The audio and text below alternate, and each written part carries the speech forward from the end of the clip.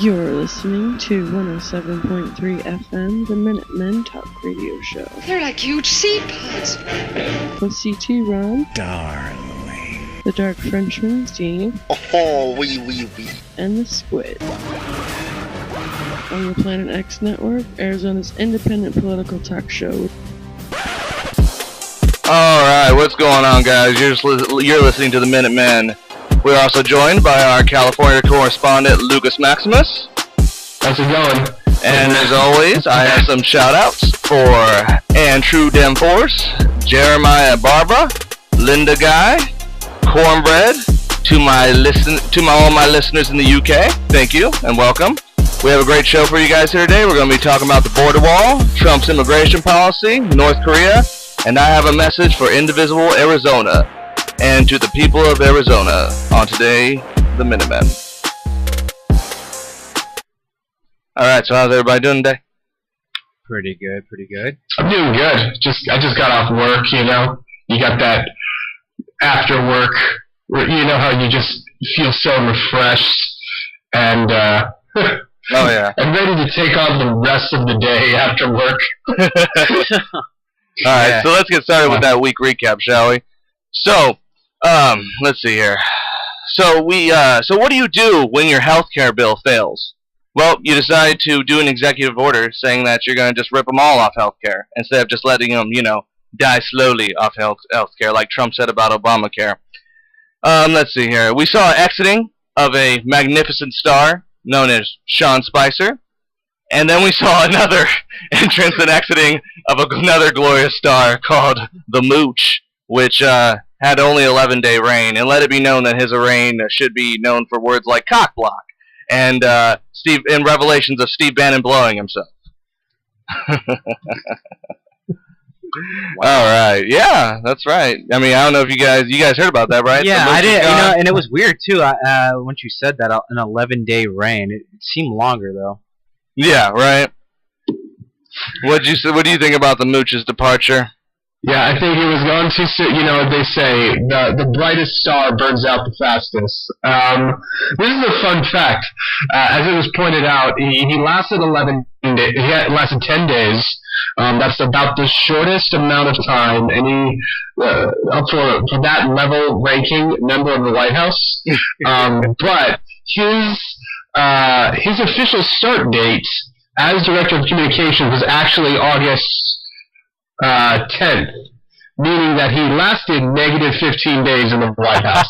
Oh, really? Negative 15 days. I actually didn't know that. That's hilarious. Hey, that guy's crazy. breaking work. This is the funny thing, and I think one thing that was brought up was the timing coincides, of course, with the new White House Chief of Staff, John Kelly, who replaced Reince Priebus, who also was kicked out of the White House. That was 3 major White House positions, all gone within less than 2 weeks. That's like the craziest amount of time. Blocking the Mooch, Exactly. So I actually expected to see more of this, as in like some people kind of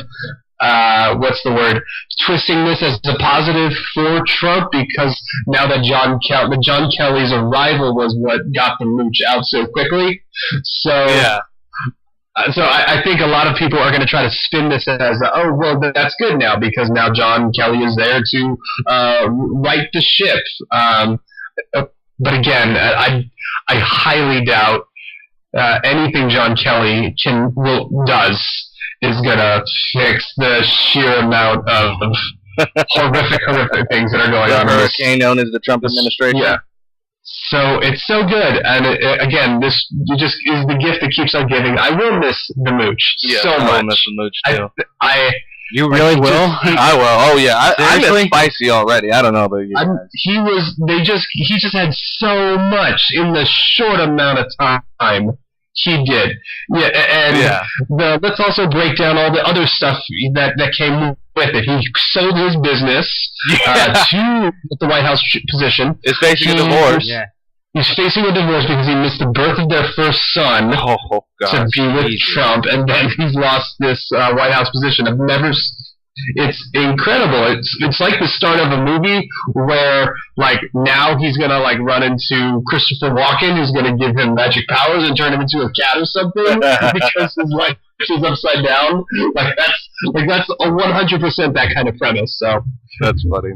So all right, let's move on a little bit to a topic a little closer to home. So Jeff Flake decided to release a new book called The Conscience of a Conservative, and about how he remembers how Republicans back in his day were not the Trumpists of today. So I wanted to play a little clip for you guys here today because he was on MSNBC talking about this. Here we go. In the first place, all great questions. How are you being received amongst your colleagues for raising them? Just came out today, so we'll see. But I think. But you've been raising these issues for quite some time. I've been concerned for quite some time. Very concerned. In the book we talk about being a conservative, what it really means, and it means a lot on policy. I'm concerned that the type of policies going forward, protectionism, isolationism, are really not conservative values, and I am concerned about where the party goes if we embrace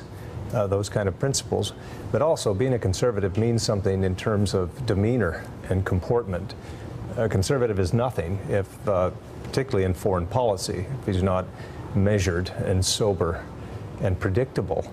Our allies need to know that. We need to embrace our allies and recognize our adversaries, and to do otherwise is not conservative.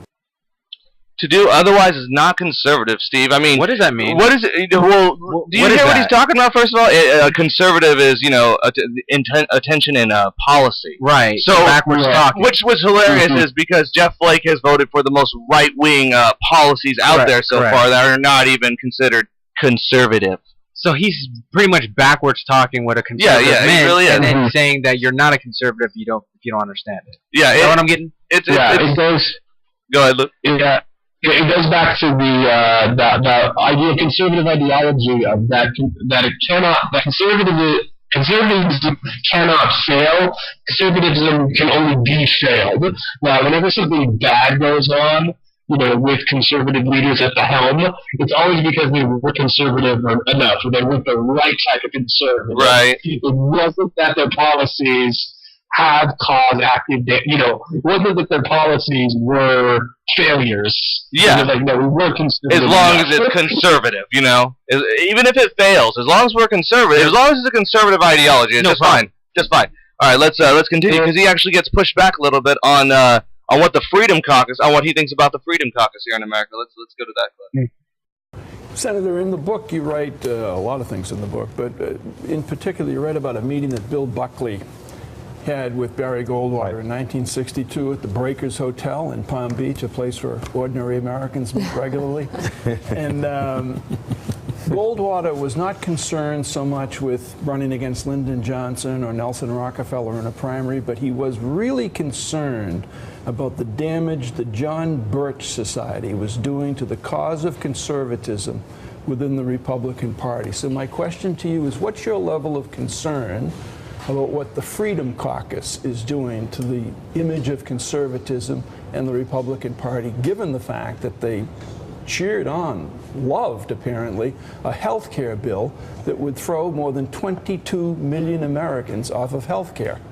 Hey, we can argue about what's conservative and what's not with regard to health care. I certainly, think that Obamacare needs to be significantly changed, if not repealed. I'd love to repeal it and start again if that were up to me. About 200,000 Arizonans will wake up this morning without health care.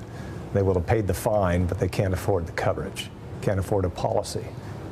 Even bigger number have a policy but can't afford to utilize it because deductibles are so high. So we're really hurting out there in terms of where we need to go with health care. What I'm more concerned about is policies like on trade. We have always been, the Republican Party, a free trade party. We're only 5% of the world's population, 20% of the world's economic output. If we don't find new markets for our goods, we don't grow. And I'm very concerned about where the party is going and the anti-immigration fervor. That's not the place the Republican Party wants to be in the future if we're going to be an inclusive party that speaks to a broader audience. So, yeah. I mean, Steve, I don't think he really has any idea what he's talking about, really. I mean, he talks about he wants to repeal Obamacare, but it's like Senator Flake. You didn't want to repeal Obamacare because you are a libertarian and you believe like Rand Paul. You wanted to repeal it because the Koch brothers told you to. Right. It had nothing to do with policy whatsoever. And in the backup, no conviction in his voice. You know, this is what really, really is so troubling in the downfall of Jeff Flake right now is, again, just the lack of conviction in his voice. He doesn't even believe in himself. He doesn't believe the words that are coming out of his mouth. He was pushed back there. But again, he's just, what does he do? He just turtles up. Yeah. The thing about him, again, and with really the whole Republican Party is they're very cutthroat to where they just push to the other guy and said, oh yeah, I would repeal Obamacare myself, you know, because it's such a disaster. And they go on and talk about how conservatism is just so mean now. How so mean. It's like, so mean did you not now. Just hear your last statement? It's like, yeah, I'm gonna be mean, but I'm gonna be polite to you. Yeah. It's like, yeah, I'm gonna kick you off, you know, your health care. I'm gonna do all these horrible things to you, but I'm gonna have a smile with it. And that goes for the same with a lot of the Republicans, like Bill Kristol, for instance. Everyone's cheering on Bill Kristol, but they forget he's a warmonger. They forget how draconian Bill Kristol can be. Yeah. Bill Kristol and Jeff Flake are cut from the same cloth. They want the Republican Party to go back to the old way, where they smile and screw you, as whether it's being open about it like Donald Trump is. Right. I mean, definitely where it's the old way. It's the old guard of the Republican Party, pretty much kind of spitting in your face with a smile. Specifically, I would say that those Bill Kristol and Jeff Flake, they want to go back to a Republican Party that doesn't have their backs up against the wall and is actively rejecting them. Yeah. Like I think that's the most cynical in me. The cynic in me is assuming that Jeff Flake is writing this book as an attempt to find a way out to gauge the waters on whether or not he can really be anti-Trump. Yeah. Like I'm a maverick now all of a sudden. Yeah, I think this is his way of testing the waters. But the truth is, I truly don't see a light at the end of the tunnel for the Republicans. I don't see them coming back to more moderate politics. I think you just can't. The fact is, say all you want, all the establishment connections, all of the institutional sort of infrastructure you've made as the Republican Party, like Trump's won. Yeah.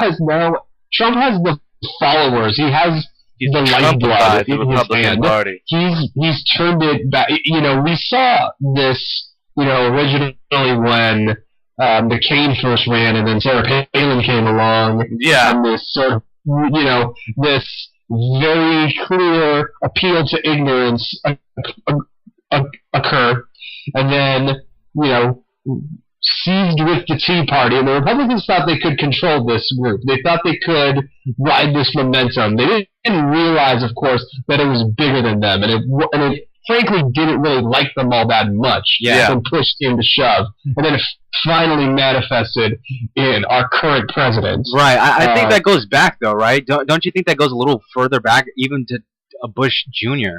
They thought they could control him. He was a guy that kind of came around, gave these funny speeches, and I think that's where the ignorance kind of laid its foot down for the Republican Party back then. The whole Sarah Palin thing, when you say that their backs are against the wall, that's when their backs were against the wall, when they had that happen.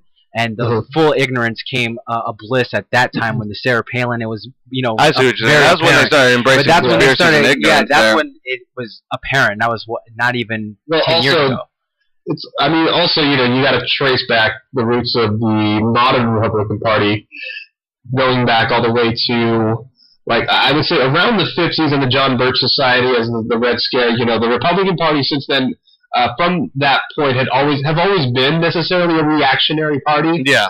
So naturally, that reactionary element is always going to have a certain level of crazy appealing to ignorance. Yeah. But it's definitely like on full force in a way that hasn't happened ever. Well, what I think is really funny about it, and what we're not even touching bases, like we spoke on last show, is about how he is conservative. He is, in all essence. Jeff Flake. In all essence, he votes just like Donald Trump. Yeah, he goes along with Trump 95% of the time. He's conservative. He votes with Ted Cruz. They are just mad here because he does not kiss Donald Trump's ass. Yeah. That's it. That's all it is. That really is all. That's why they hate him. That's why they hate him. And right now he's trying to test this whole, well, I can be a maverick Republican, but it's like, it doesn't matter, Jeff. They hate you now. Yeah. You didn't kiss the ring of the king. Okay? And now he's paying for it. Yeah, now you're paying for it. There is an interesting, I guess, an examination of what we're looking at about Trump, and I wanted to find. Hold on, I almost got it. All right, no. It was basically what we're looking at now with Flake and other Republicans. You notice that most Republican senators don't really go to bat for Trump when it comes to like going on media, going on, even the town halls. Most are trying to avoid the town halls, but it seems that the Republicans in the Senate, at least, seem to be really doing their best to try to ignore Trump. Yeah, they are. They're trying to distance themselves a little bit. There's definitely a rift growing. Right, and I mean, well, granted, there was always a rift. Yeah, that is true. Right. Listen, literally, both McConnell and Ryan at the beginning of the election were like, no, we're not going to have. They were adamant, I would say, about like, no, Trump is not going to be our nominee. But where are they now? Where are they now? They're right there in line, bending the knee. Exactly. So it's very clear they're not on board with this at all, and obviously Trump doesn't want them there either. No, they get in his way. Yeah. But it's so curious to see what will happen. Obviously, on this podcast, I know it's the I word has been constantly thrown out. And again, I don't think obviously impeachment is going to happen anytime soon. I do think increasingly the Republicans in Congress and the Senate are going to just let Trump trip over himself, and then on his own Twitter account. Yeah, he's been doing that. Okay, I actually want to touch base on a little story here for everyone that is not actually being talked about very much. So not only did John McCain get a phone call from Joe Biden, but he also got him a phone call by Doug Ducey.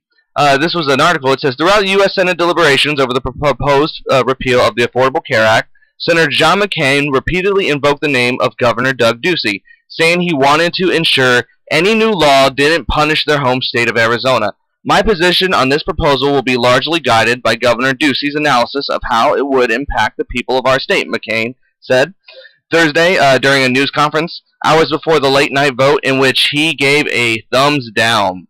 My friends, this legislation that directly affects the people of my state, he continued, I trust my governor. I trust his people, and he is looking carefully at this. But despite eventually getting the go-ahead from Ducey, McCain, who turns 81 on August 29 and starts the treatment on Monday for brain cancer, voted against the skinny legislative bill killing it.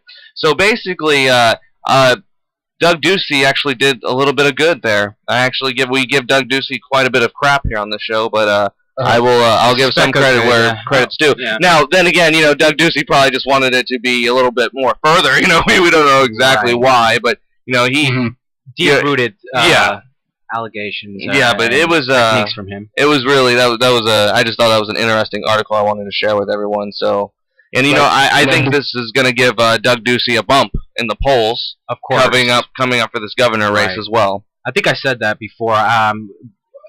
It was a last show or the show. It was a power play. Yeah. And again, I'm not going to diminish his, is what he did. It was good. Yeah. In the name of good, but again, he's a politician, and politicians usually look for their power plays anywhere they can. That's just how it is. Yeah. You can take it the way you want, but the guy was looking to get himself a bump, and Rob, I think he's definitely going to get a bump. And it's going to help him dramatically, actually. Yeah. What do you think? Yeah. The interesting thing about Ducey is I noticed that he does push towards certain. He pays lip service to specific issues that might make him more moderate, especially in healthcare. He's also paid lip service to education. He has made speeches about teacher increases as well. Yeah, but and I also know he's also made speeches on supporting the arts. Now, in all three of those cases, the actual practice doesn't come out really clear. I mean, the teacher increases where nothing's been done, sort of like arts support in Arizona. I was going to say art. You mean art with ice cream? Art, yeah. No. I mean, like, the public arts and whatnot. And also, of course, with healthcare, that will be hard to say how much Arizona will really have much say in, since obviously one of the biggest providers, because of our retirement community, is going to be Medicare anyway. Yeah. So. Another interesting thing that happened here in Arizona, too, I don't know if you guys heard, but Sheriff Joe Arpaio got found guilty. Convicted. Boom. Yep. Contempt of court. Yep. Happened. He's not going to get anything. I mean, let's just be honest. Yeah. I mean, the maximum he's going to get is 6 months. He's going to get a fine, a slap on the wrist, and they're going to let him go. Yeah. It's just the ideal shock of, well, oh my God, the table's Well, turned. it's kind of funny for all those people that donated for him to pay his legal fees, and all the people that defended him saying no, he's doing the right thing. Obviously, he wasn't doing the right thing. And no one is above the law, and that's what I think that proves.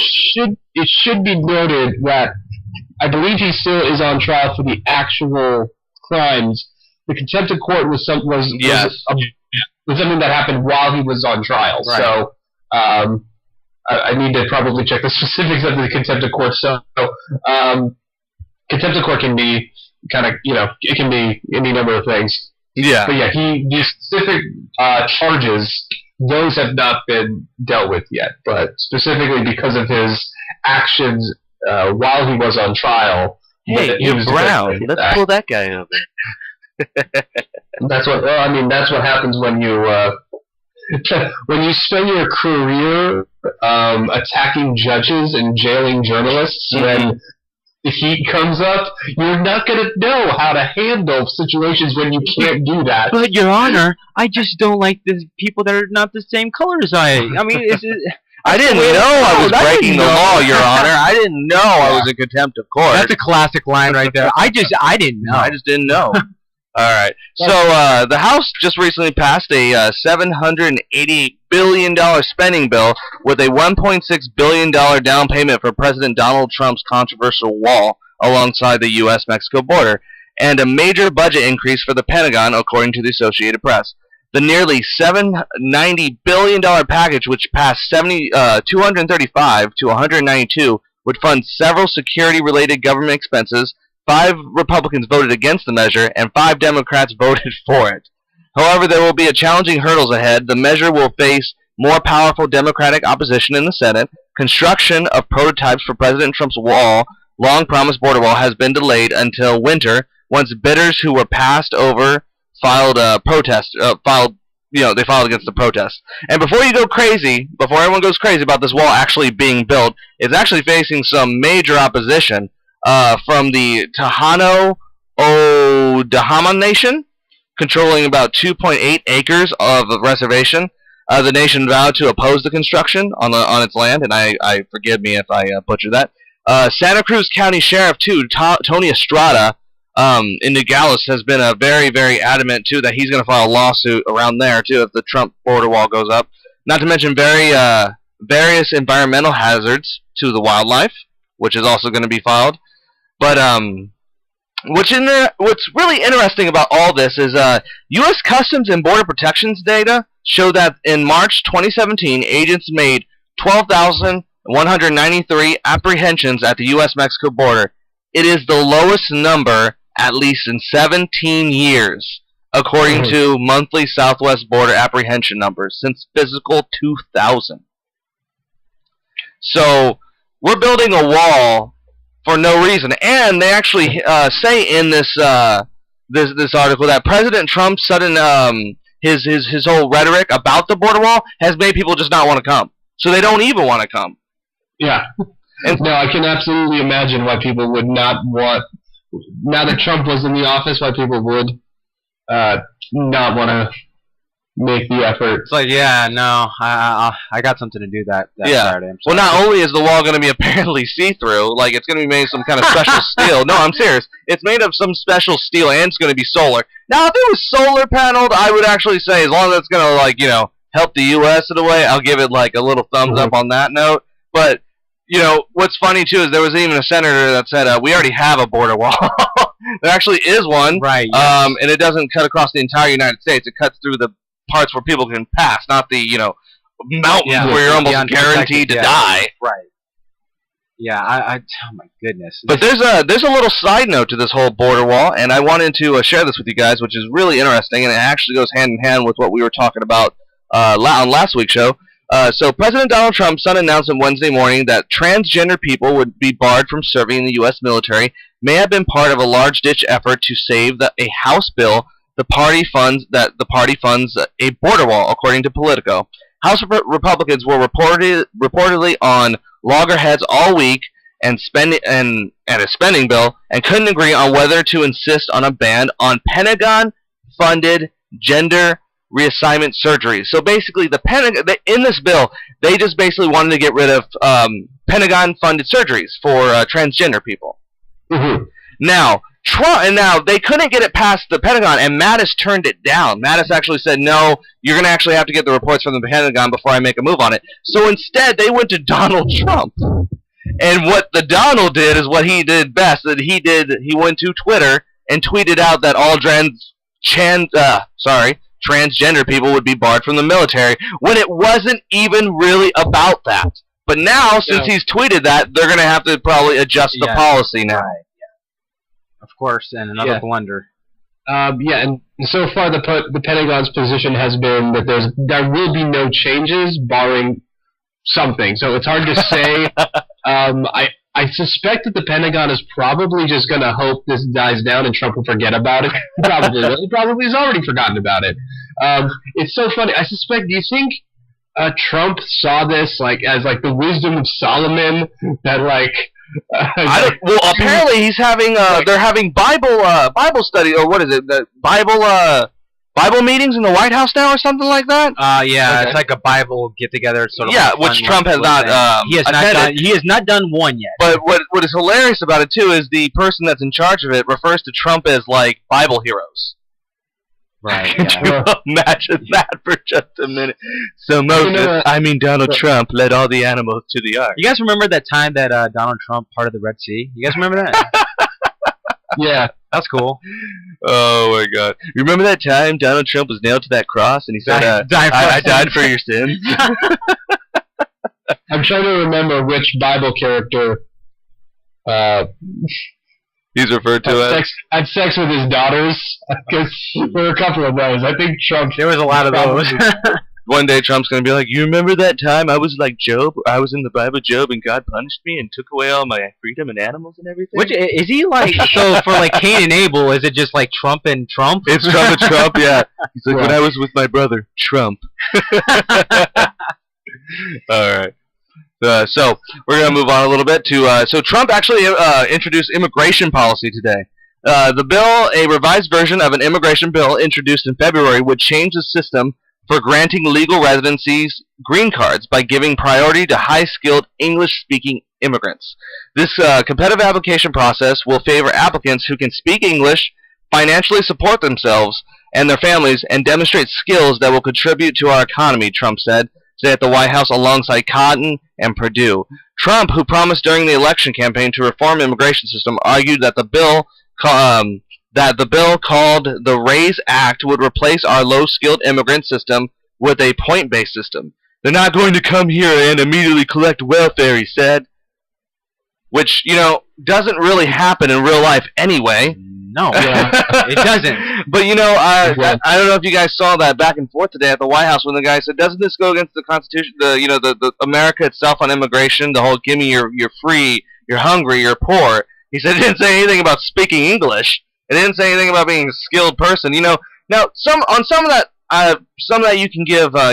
You can have a debate, like skills, English speaking. I kind of get that. And Australia has a similar system actually in place. Right. The part I don't really kind of agree with is they say families that can financially afford themselves. a lot of people give up their whole entire life savings just to come to America for the first time. Yeah. And what's really interesting is the system itself right now is really funny because it takes, in the process, if, like, for instance, if you're from the Philippines, it can take up to 19 years for you to get your visa. 17 years if you're from Mexico.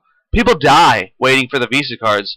So it's more like, doesn't the current system just need to be fixed?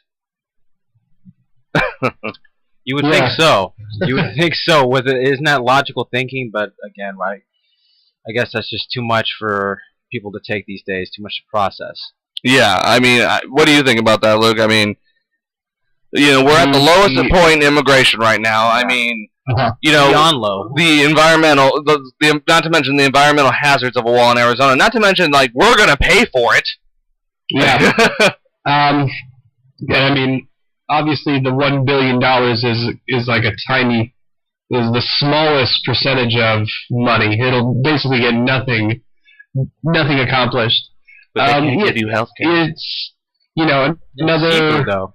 It's hard to really put into words just like how annoying this idea of immigration policy, because even if you did believe that we should lower our level of immigration, the wall would be functionally almost useless in that regard. That's what I'm saying. That's a good point. You know, and granted, it should be noted that immigration has been on the decline for several years, even during the Obama administration. Partially because the economy was bad, so that and Mexico's economy is growing. Yeah, and so there was less incentive to come to America because there wasn't as much guarantee with jobs. Especially now that Trump, I don't think a lot of people are really not keen on that. So I am not super psyched about the immigration policy. I suspect that stuff leads to more things. And was this an executive order, or is this a bill being? No, this is them. This is an executive order. Okay, so the thing about the executive order is again, it depends on how much effect that will actually have with the various departments. Because again, Donald Trump can just say whatever he wants. It doesn't mean that it's going to get implemented into law.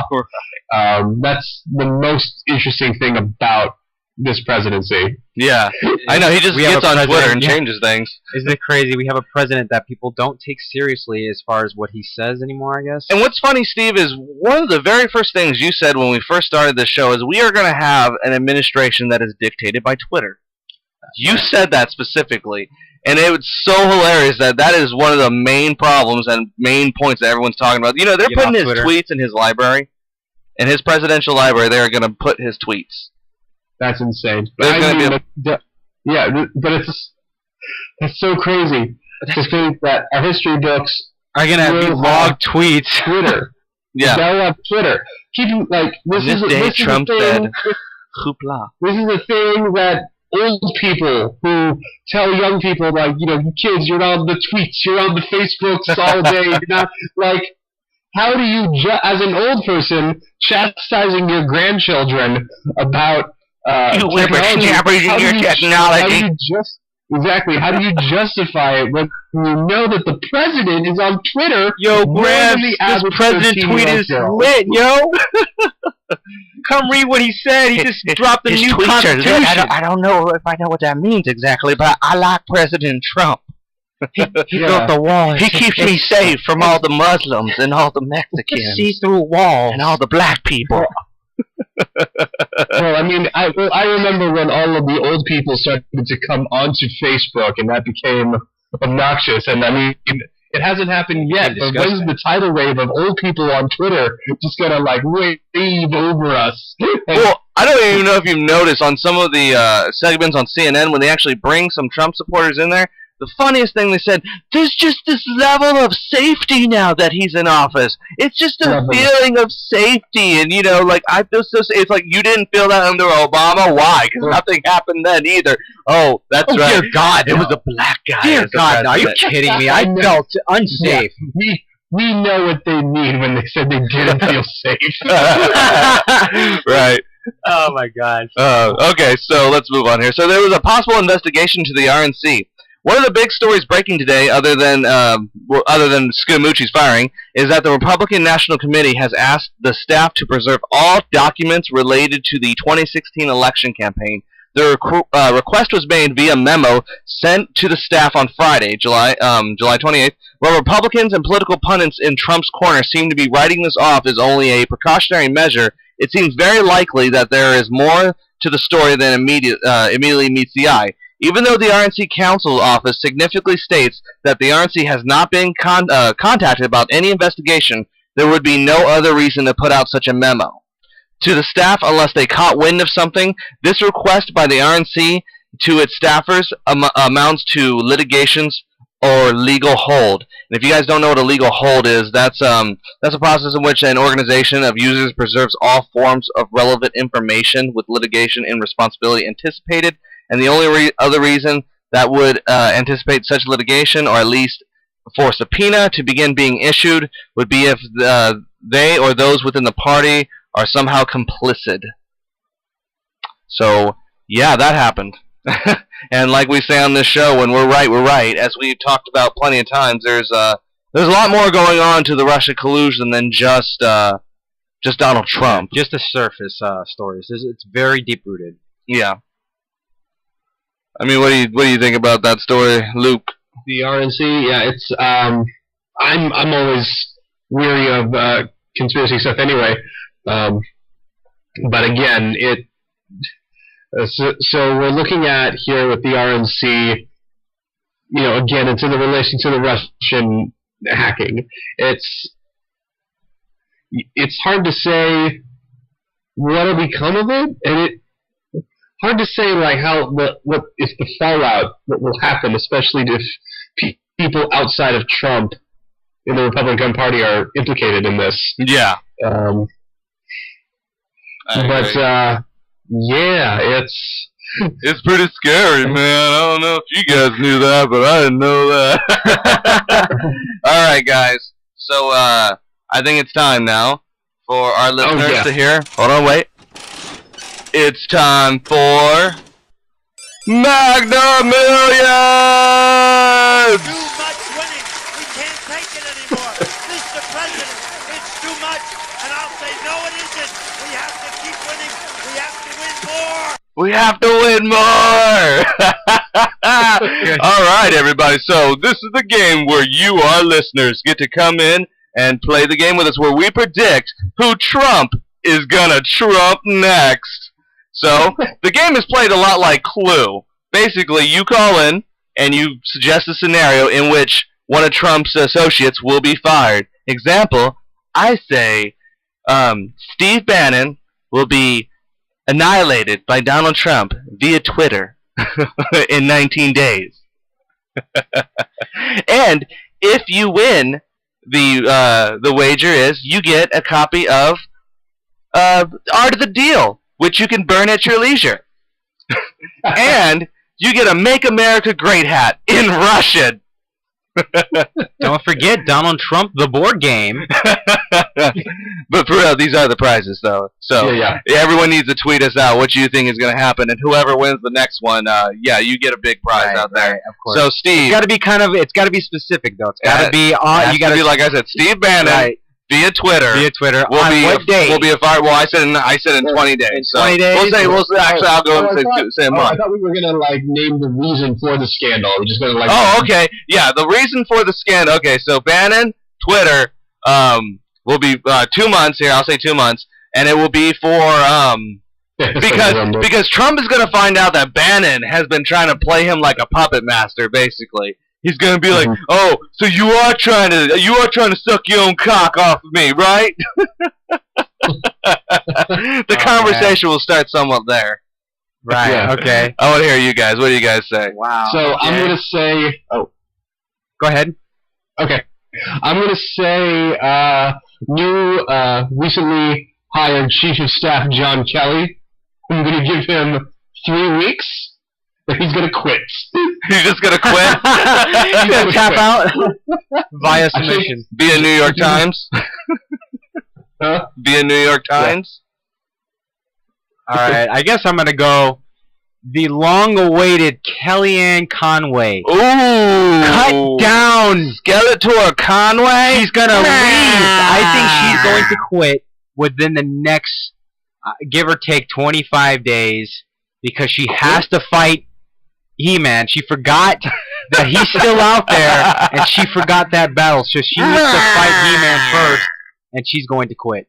I think it's going to happen. Is that really your wager? You really think that? I would actually say I think Kellyanne is getting fed up. I think she'd be gone actually pretty soon too. Yeah. Or at least fired.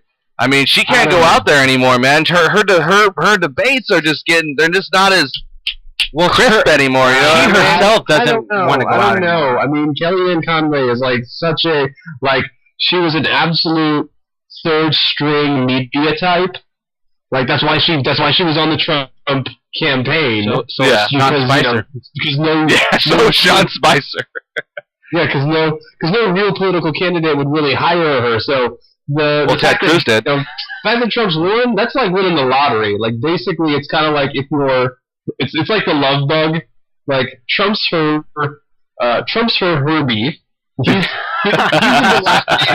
He's a dilapidated Volkswagen that's like secretly magic and giving her all the and making all her dreams come true. Because she gets to work for the president. Right.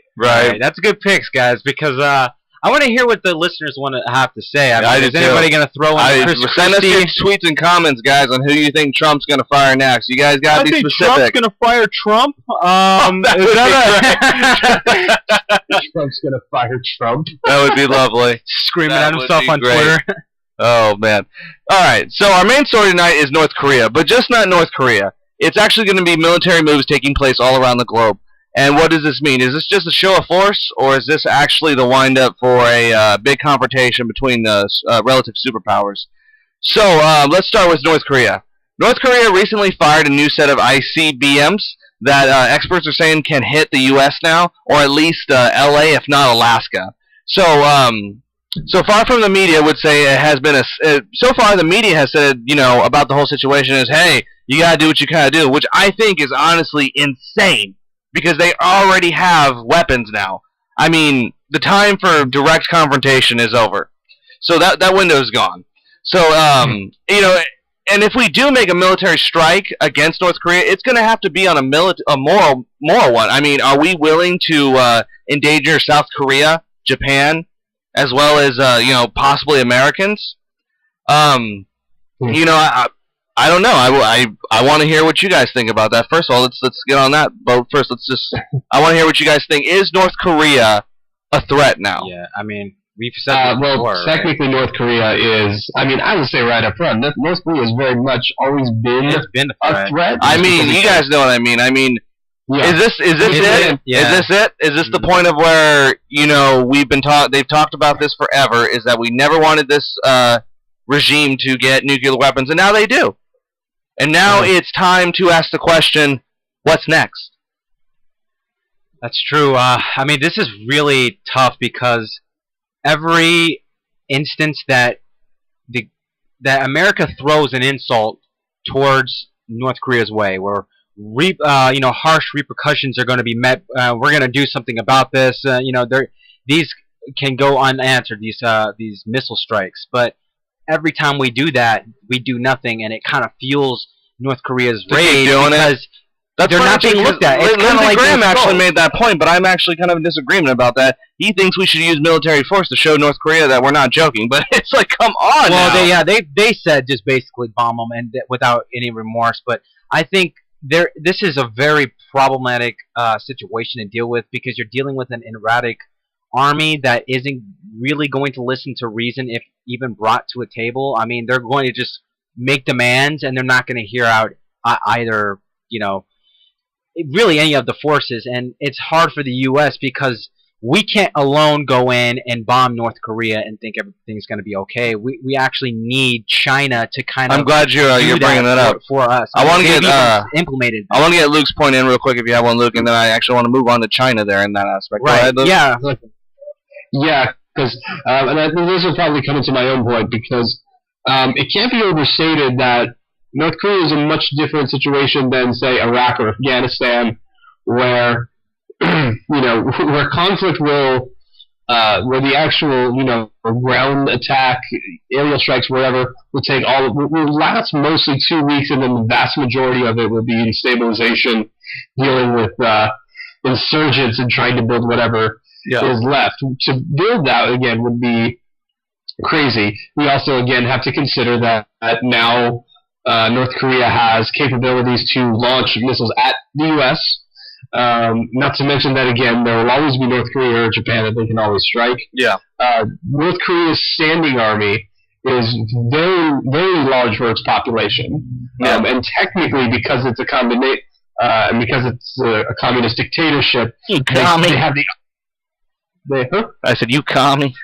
There's also that possibility that there will be plenty of conscripts if the need arises.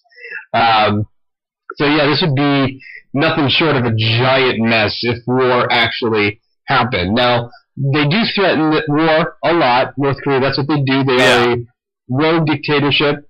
It is possible things will just simply stay as they are. Or spiral out, yeah. Yeah, it's possible that there will be some form of placation. Again, neither China or Russia necessarily want North Korea gone. Yes, actually, I'm so glad you brought that up, because that's going to go into my next point. So, China's military has the confidence and capability to bolster the country's rise into a world power. This is actually from an article. President Xi Jinping said he oversaw a large-scale parade meant to show off China's fighting prowess. Live state television broadcasted showed Mr. Xi dressed in fatigues and speaking from an open-top jeep, telling his troops that China needs a strong military more than ever as it moves closer to the goal of great rejuvenation of the Chinese nation. China has performed a series of military tests this weekend. As all eyes were focused on North Korea, that's what they were doing. That actually comes out of the Washington Examiner. On Saturday, the Chinese military launched 20 missiles at fake targets that looked like terminal-high altitude air defense missile batteries and U.S. Air Force F-22 fighter jets, according to Fox News. The Pentagon conducted a test of... Then the Pentagon has conducted its own test of an unarmed intercontinental ballistic missile today, with the timing expected to be on both Korea and China. So basically, the America answered both their missile tests with a missile test of their own. So this is just heating up the situation all the more. Yeah. But now we're going to get into the whole Russia part. Now, what's really interesting, and when I started looking up this whole thing, is Russia actually doesn't want North Korea to collapse. Russia has actually been aiding North Korea. They talk about the sanctions that were just put on. Yeah. Russia just gave 800 tons of flour to North Korea to feed its own people. Yeah. I mean, and then did you want to say something, Luke? Well, no. If you have another point, because I was going to explain. No, go ahead. Well, the reason why both China and Russia want North Korea still around, it just comes down to what would the end result be if North Korea did collapse? Yeah. Well, besides the refugees that would flood into both Russia and China, which they would not be happy with, it also means that the country would be reunited as a single Korea under, and most likely South Korea, since it's obviously more prosperous. Yes. And, that would therefore put a highly advanced, military competent, U.S. allied country right on the border of China and Russia. Yep. In fact, we have military bases in South Korea. We would have the ability to have military bases right on the border of both Russia and China. That is a huge issue for them, especially both as superpowers. And you're saying that's a bad thing, right? Well, it's definitely a bad thing for them. It's a good thing for us, but again, it's not. As it is constantly going on, China and Russia are both, of course, they want top dog superpower for themselves, as any superpowers want to do. Of course, most of that, because obviously the the world we live in now, with the threat of nuclear war, obviously an outright conflict would probably never happen. I don't want to say never, because you never know. Yeah. But obviously a lot of that has to do with economics. So, that's actually funny because the other superpower that's been beating its chest along, that we've been beating our chest at is Iran.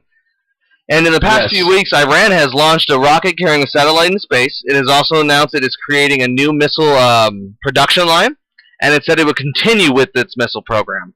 The U.S. Navy fired a warning shot at an Iranian vessel that came dangerously close to them in the Persian Gulf. Iran signed a military cooperation deal with Iraq, and it has been downplaying the U.S.'s role in efforts to liberate Mosul from ISIS. But, I must say, before we actually dive into the Iran part, is that most of this is actually because the United States broke the deal with Iran first. The only 2 points to our deal was to give them back their money and do not slap sanctions on them again. And Obama actually slapped sanctions on them right before he left because he wanted to appear to be more tough on Iran. But, Right. When this comes to the whole interesting where Russia plays a whole point of this, is Russia and Iran signed a $2.5 billion deal Monday to start a much-needed rail wagon production operation. The agreement was forged between the Industrial Development and Rejuvenation Organization of Iran and Transmish Holding, who is the Russian's largest rail equipment supplier. The two sides will set up a new joint venture which will be 80% owned, although completely funded by the Russian partner. And so, they say this is for Iran's, because Iran is currently in the midst of a infrastructure building program, emerging from decades of sanctions. So, the sanctions have been actually hurting Iran, and now Russia's actually giving them this money so they can do that, as opposed to money for anything else. But what's really interesting, and this is kind of the whole point of where I was kind of leading this for our main topic tonight when it comes to North Korea, Iran, Russia, China, and Trump, Is it almost coincidental that this all comes right before Trump just signed the sanction bill on Russia that he said was highly unconstitutional and that he delayed on all week? I mean, Isn't it interesting that all of a sudden we've talked about countless times on the show of the deal gone bad between Trump and Putin, how Trump wasn't going to be able to deliver on much of his promises to Putin, which was the sanctions. And now that the sanctions can't be lifted, it's interesting. We're starting to see Russia make some moves now with with adversaries of ours. With North Korea, with China, with Iran. I want to get your guys' take on that. Yeah, and I think maybe now Putin's learned his lesson. You can't.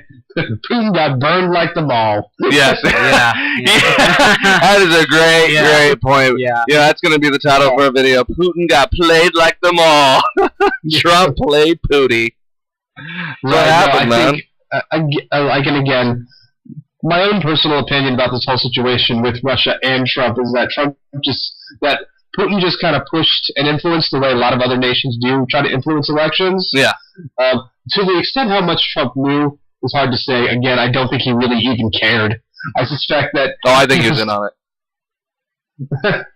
Okay, that's... Well, I mean, yeah. But to a certain degree, again, it's been shown time and time again, Trump has no loyalty. We saw this literally within last week with the... the mooch. Yeah, exactly. It just happened like the last 24 hours. It was interesting because, as it was pointed out, Spicer left because of Mooch. Mooch was there to get rid of Reince Priebus. And then, when Mooch was removed, neither the Trumps nor the Kushners, his daughter and son-in-law, who I believe were part of the effort to bring him in, nobody said anything about that. It's very clear that these people use them and dump them. And the Mooch was like, hey, come on! That's exactly. And then, you know what? I mean, I don't think, obviously Trump, I don't think wants to actively undermine American supremacy for the sake of Russia. He's the president now. I don't know. We should make that topic for another show because I actually think he has emboldened Russia so much. Let me say this. Go ahead. Yeah. I was actually going to say, let me I was gonna say I think he has up until recently. Okay. Well, I was saying he's definitely done that. I just don't think he's done it intentionally. Again, it's. I don't know, man. Because one of the things I've made the point about this on the show is I considered myself part of the alt-right for quite a long time, and it's really interesting because if you don't know too much about the alt-right, or if you've never been in that kind of community, they love Putin. They revere him. You can, like I've said this so many times, you can type in on YouTube Putin in the NWO, and you will find countless videos of Putin fighting the NWO. Putin, almost assassinated by the NWO. Putin can wrestle sharks. Oh, yeah. But I'm serious. There's this love for the guy that even goes so far as it goes so far as into American culture now. Of course, he's almost become a pop culture figure in essence. I mean, he was. Yeah. It's like almost like Castro. People eventually got so like, oh, they hate him so bad. I like him. It's like that hipster thing, man. I don't like beloved classic movies like Forrest Gump and the Shanksville Redemption. Yeah, definitely. I mean, the guy's definitely a figure of this time. I mean, he's on shirts, he's on hats. There's memes of him everywhere on the internet. They love Putin. That's how that's really kind of how you get over with people. Yeah. Is when you Putin also makes no secret that he wants to dismantle much of Western globalization. Right. And so, from the perspective of someone who also doesn't like like the alt-right or even like the very far left, who is very much against Western globalization, that's a good, it's like, oh, he's on our side. Yeah. We have a guy in our corner. Right. It's it's really funny, I don't know. I mean, do you guys think we're gearing up for a confrontation somewhere around the world? I mean, do you think we're marching towards war? I mean, I want to hear everyone. Let's go around the table here because I actually, I've said that I think a confrontation is coming with North Korea. I want to be wrong on this, but the reason I give this is just because Trump makes every backwards decision. Right. Like there's not one decision he's made that it just doesn't come from that's good. It doesn't come from left field. No, I mean some things he's done. There are some things like economically, he's done, but for the most part, everything just comes so out of left field. It's just like boom, hit you in the face, and it's just like wow, that shouldn't have been handled that way. I worry. That's what keeps me up at night is that you got two basically man babies going at each other that have humongous egos. Right. And then war is a different monster. It really comes down to who's going to back down, Trump or Kim Jong-un. And China's already placing bets that Kim Jong-un is going to win that war. He has. Well, again, why would you bet against him since he's the one who doesn't have anything to lose? Yeah, literally. That is true. Yeah, so that is very true. That's why they're backing him. Trump is who he is. So I think there's going to be a confrontation. This is just me going off my own idealistic natures on this. I think there is going to be a confrontation, but it's really hard for me to see another war in any kind of fashion these days. I think he'd bundle us into a war, man. I mean, even for his sake, I think. Dude, I'm trying to give this guy a shred of credit, saying that he's not going to blunder us into a war. I think he has too many officials that won't let that happen. That's why I have kind of faith in Mattis, but that's a low bar. I mean, you don't have faith in Trump. Have faith in the unfaithful. You know what I mean? Because I don't think they're gonna have they have the withdrawal to kind of just say, well, he laid his cards on the table and that's what we got. I think they are gonna try at least their damnedest to make sure that there's no war happening. But a confrontation, of course, there's gonna be a confrontation when they eventually speak, which they will. There's gonna be confrontation there. That phone call is gonna be a confrontation. Trump's phone call with Australia in like a minute and a half was a confrontation. So there will be explosions. It's gonna be all over everything. You think there will be war? I just don't. It's really hard for me to see it. Okay. If there's a war, I think it's gonna be a war of. Well, I hope not. I hope I'm wrong. I think it might be like another Cold War, man. What do you think, Luke? I don't think there'll be a war. At least not between the U.S. and North Korea, because again, I just think that these escalations with North Korea have always happened, and I think with two men, baby. I feel like the international community as a whole has figured out a way to handle all this. Obviously, again, Trump makes this difficult, completely uncertain. Yeah, that's what I'm saying.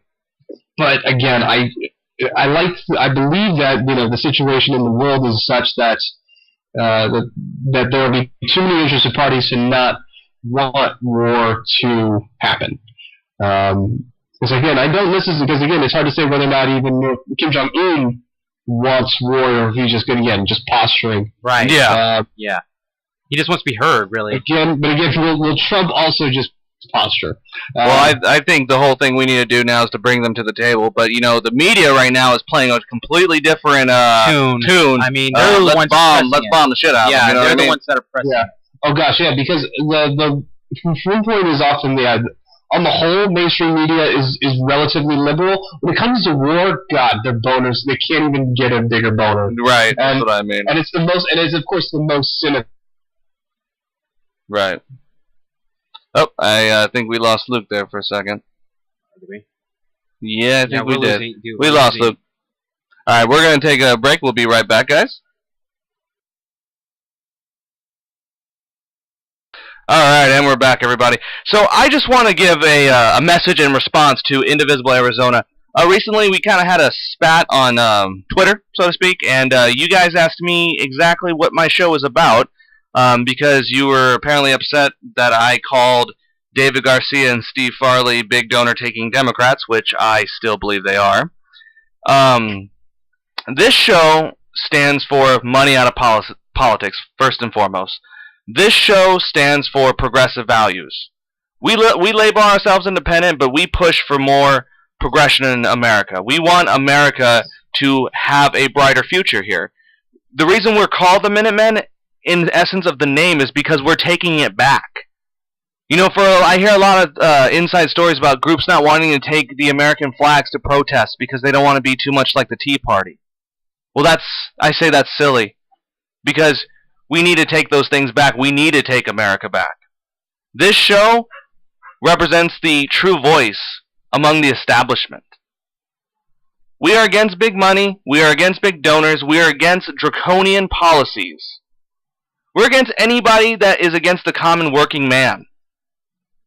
And this show, we're going to talk about those issues all the time. And if you don't like it, I'm sorry. But that's the Minutemen.